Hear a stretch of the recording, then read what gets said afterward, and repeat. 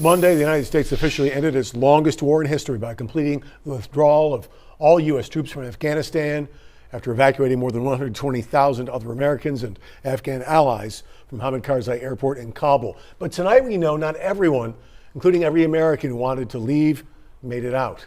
Up to 200 Americans are still on the ground in Afghanistan, and so are literally thousands of Afghans who fear retaliation from the Taliban. Ari Hite spoke tonight with a Vero Beach man who is terrified that his family could now be in danger.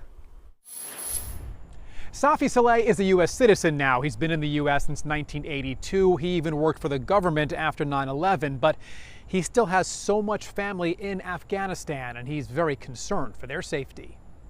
From his home in Vero Beach, Safi Saleh's mind never strays far from his original homeland, Afghanistan, and the relatives that are still there, hoping to get out. I couldn't go sleep and get up in the night, and I was like, gosh, what should I do? I said, I need to do something, you know.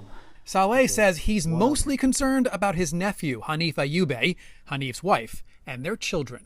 Everything is shut down, and he's locked in his rental place. He said he can't go anywhere.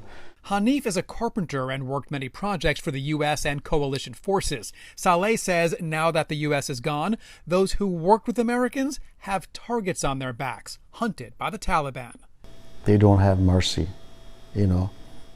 And if I said they're thirsty for our blood, believe it, they are, some of them like that.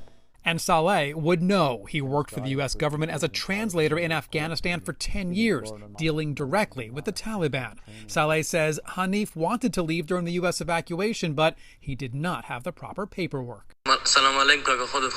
Now he calls Saleh frequently. Yeah, I haven't really. I think the last time I talked to him about 2 days ago, I believe, yes.